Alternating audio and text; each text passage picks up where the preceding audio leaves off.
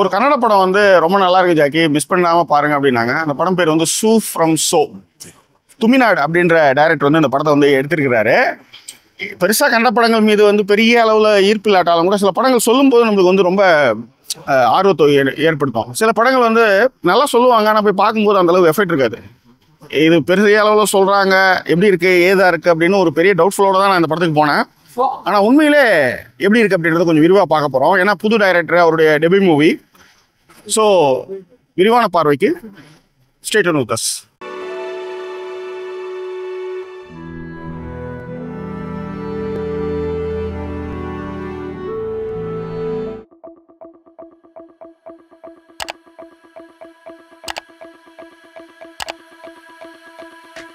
இந்த படம் வந்து ஆரம்பிக்கும் போது ஒரு 10 நிமிஷத்துக்கு வந்து எனக்கு ஒன்றும் புரியவே இல்லை. ஆனால் இந்த படத்துக்கான ஸ்கிரிப்டை எப்படி எழுதியிருப்பாங்கன்னு ஒரு 15 நிமிஷம் கழிச்சு நம்மளுக்கு வந்து தோண வைக்கிறது. ஏன்னா இந்த ஸ்கிரிப்டா எடுத்துன்னு போய் நீங்கள் சொன்னீங்கன்னா யாராலையுமே நம்பவே முடியாது. ஒன்று. ரெண்டாவது, ஒரு ஃப்ரேமில் வந்து 30 பேர் நிற்கிறாங்கன்னா அதில் 15 பேர் டயலாக் பேசலாம். ஸோ இந்த டயலாக்கை வந்து எழுதியிருக்க வாய்ப்பே இல்லை. எனக்கு தெரிஞ்சு வந்து சீன் எழுதியிருப்பாங்க, அதன் பிறகு வந்து லொக்கேஷன் போய் ஆர்டிஸ்ட்லாம் வச்சுக்கிட்டு அதன் பிறகு வந்து இம்ப்ரவைஸ் பண்ணியிருப்பாங்கன்றது மட்டும்தான் இந்த படம் பார்க்கும்போது தோணுச்சு. எனக்கு எல்லாத்த விட ஃபஸ்ட்டு ஆரம்பமே வந்து ஒரு தவச சாப்பாடு. அதுக்கு வந்து அந்த கிராமத்தில் இருக்கிற நபர்கள் வந்து எப்படி வந்து தயாராகிறாங்க, அந்த விஷயத்தை ரொம்ப அழகாக பதிவு பண்ணியிருந்தாங்க. எனக்கு இந்த படத்தில் ரொம்ப பிடிச்சதே இயல்பு தான். எங்கேயுமே செட்டே இல்லாமல் ரொம்ப ரொம்ப லைவாக ஒரு கிராமத்தில் வந்து நுழைஞ்சு இருக்கிற மாதிரியான ஒரு ஃபீலை வந்து இந்த படம் வந்து பிடிச்சி. ரைட். இந்த படத்தினுடைய கதை என்ன அப்படின்னு பார்த்தீங்கன்னா, லவ்வர் மேலே வந்து ஒரு ஆர்வம், லக்ஸு சோப்பு ஆர்வத்தில் நாயகன் செய்யக்கூடிய ஒரு தப்பு வந்து அது என்ன மாதிரி விளைவுகள்லாம் ஏற்படுத்துது, அந்த கிராமத்தையே எப்படி ஆட்டி படைக்குது, அந்த கிராமம் அதுலேருந்து எப்படி வெளிவந்தது அப்படின்றது இந்த திரைப்படத்துடைய கதை. ஆனால் யோசிச்சு பார்த்தீங்கன்னா, இந்த ஒன் லைனை வச்சுட்டு எப்படா இப்படி வந்து அசத்துற மாதிரி பண்ணீங்கன்னா, ஏனென்றால் நம்ம நாட்டில் இருக்கக்கூடிய அநேக மூடப்பழக்க வழக்கங்கள் இருக்கு இல்லையா, ஸ்ப்ரே படத்துக்குன்னு சில வரையறைகள், பெஞ்ச் மார்க்ஸ் இருக்குல்ல, அந்த பெஞ்ச் மார்க் எல்லாமே காமெடியாக மாற்றிருக்காங்க. நான் கூட ஃபஸ்ட்டு போனதுமே எனக்கு இந்த ஹாரர் படமே பிடிக்காது.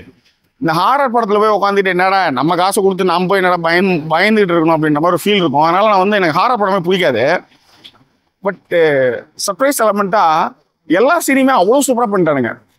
எல்லாத்த விட முக்கியமானது, நம்ம எதுக்கெல்லாம் பயப்படுவோமோ, சாதாரணமாக இந்த காஞ்சூரிங்க எடுத்துக்கோங்க. நீங்கள் எதுக்கெல்லாம் பயப்பீங்க? கட்டிலுக்கு கீழே கால் இருக்கும், கட்டிலேருந்து கால் தொங்க போட்டுருப்பாங்க, கீழேருந்து கேமரா வரும், அதையே காமெடி ஆக்குறானுங்க.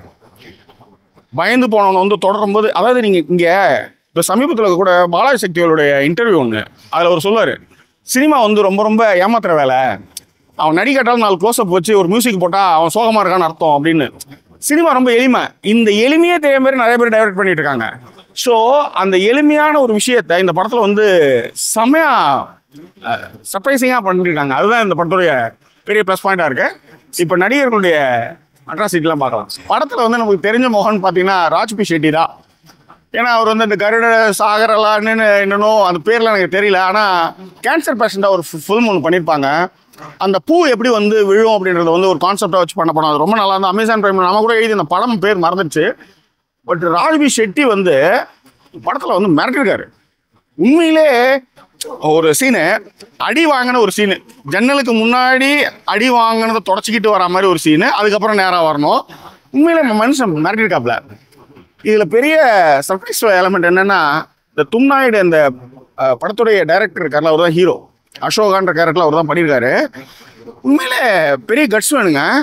இவ்வளோ பெரிய ஆர்டிஸ்ட் வச்சுட்டு ஃபஸ்ட்டு ஃபில்மு இது எப்படி எடுத்தாங்க? ஆனால் யோசிச்சு பார்த்தீங்கன்னா, ரொம்ப சின்ன சின்ன விஷயத்தெல்லாம் வந்து மக்கள் வந்து அந்த மூட பழக்க வழக்கங்களோட மிங்கிள் பண்ணும்போது அது எவ்வளோ பெரிய பைத்தியகாரத்தனமான விஷயங்களை நம்ம பண்ணிகிட்டு இருக்கோம் அப்படின்றத வந்து ரொம்ப நல்லா பண்ணியிருந்தாரு. அதே மாதிரி பானுன்னு அந்த லேடி, அவங்க ரொம்ப அற்புதமாக பண்ணியிருந்தாங்க. நம்ம சமூகத்தில் புறையோடு இருக்கக்கூடிய சொந்தக்காரவங்க வந்து பசங்களை கை வைக்கிற அந்த விஷயத்தை வந்து இந்த திரைப்படம் வந்து பேசியிருக்கு. அதனால இந்த திரைப்படம் வந்து பாராட்டக்கூடிய விஷயம். எல்லாத்தோட இந்த படத்தை வந்து ஒரு கட்டத்துக்கு மேலே என்னடா இது ஹாரர் ஃபில்ம் மாதிரியே எடுத்துன்னு போகிறானுங்க, இந்த என்ன மாதிரியான தீர்வு இதுக்கு வரப்போகுதுன்னும் போது ஒரு நெகிழ்ச்சியான கிளைமேக்ஸ் கொடுத்து நம்மளை எல்லாருமே சந்தோஷப்படுத்தி வச்சுட்டாங்க. அதுதான் இந்த படத்தோட மிகப்பெரிய ப்ளஸ்ஸாக நான் பார்க்குறேன். சனில் கௌதம், அதாவது ஊருக்கு ஒரு தலைக்கட்டு ஒன்று இருக்கும் எப்பயுமே, மைனர் குஞ்சு மாதிரி ஒரு கேரக்டர்னு வச்சுக்காங்களேன். அதில் சனில் கௌதம் வந்து அவர் தான் ரவியானா கேரக்டர் ரொம்ப நல்லா பண்ணியிருந்தாரு.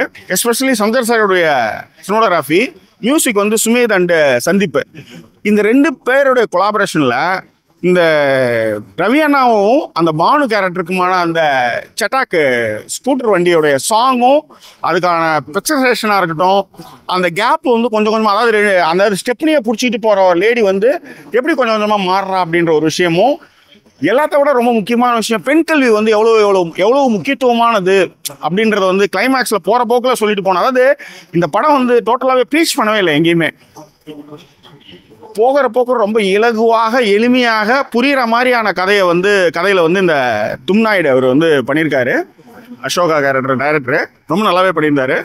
அதுவும் அந்த வலையெல்லாம் போட்டுக்கிட்டு காஞ்சனா கெட்டப்பில் வர்றதெல்லாம் வந்து வேற லெவலு. அந்த அவர் ஆக்சுவலி வந்து இந்த உலகம் எப்படி இயங்குதுன்னா, கல்பனான்னு சொன்னால் அதை சுலோச்சனன்னு சொல்லி யோசிச்சு பாருங்களேன். ஸோ அதை ரொம்ப நல்லாவே பண்ணியிருந்தாங்க. நிதின் ஷெட்டியோடைய எடிட்டிங்கில் ஃபஸ்ட்டு துறக்கல் காட்சிகளாக இருக்கட்டும், சந்திரசேகருடைய சினோகிராஃபியில் ஸ்ட்ரீட் லைட்டு மோரோவர் வந்து டோட்டலாகவே வந்து அவைலபிள் வீட்டில் ஷூட் பண்ணியிருக்காங்க. ஒன்று. ரெண்டாவது, இப்போ இந்த ஷார்ட் காமிச்சிருக்காங்கல்ல, இது எல்லாமே இன்றைய கர்நாடக கிராமத்தில் இருக்கக்கூடிய பதிவு. அவனுடைய வாழ்க்கை முறை, அவன் ட்ரெஸ்ஸு, அவன் என்ன வண்டி ஓட்டினா, அதெல்லாமே ஒரு பதிவாகவே ரொம்ப அழகாகவே பண்ணியிருக்காங்க. What is the conclusion of this movie அப்படின்னா, படம் வந்து பெரிய எதிர்பார்ப்புலாம் இல்லாமல் போனேன். ஆனால் உண்மையிலே சர்ப்ரைஸ் எலமெண்ட்டாக ஃபேண்டாஸ்டிக்கான ஒரு ஃபிலிமு, மார்வலஸ் ஃபிலிமு. இந்த படம் வந்து பார்த்தே தீர வேண்டிய திரைப்படம் என்று ஜாக்கி சினிமாஸ் பரிந்துரைக்கின்றது. டைம் இருக்கும்போது நீங்கள் போய் பாருங்கள், நிச்சயமாக செமையாக என்ஜாய் பண்ணுவீங்க, அது வந்து கேரண்டி. ஸோ வேற என்ன, உங்கள் கருத்துக்களை பின்னோட்டங்களை தெரியப்படுத்துங்க. இன்னும் வேறொரு எபிசோட் உங்களை நான் சந்திக்கிறேன். அது ஒரு நன்றி கூறியுடைய வருவது உங்கள் ஜாக்கி ஷேக். நன்றி, வணக்கம்.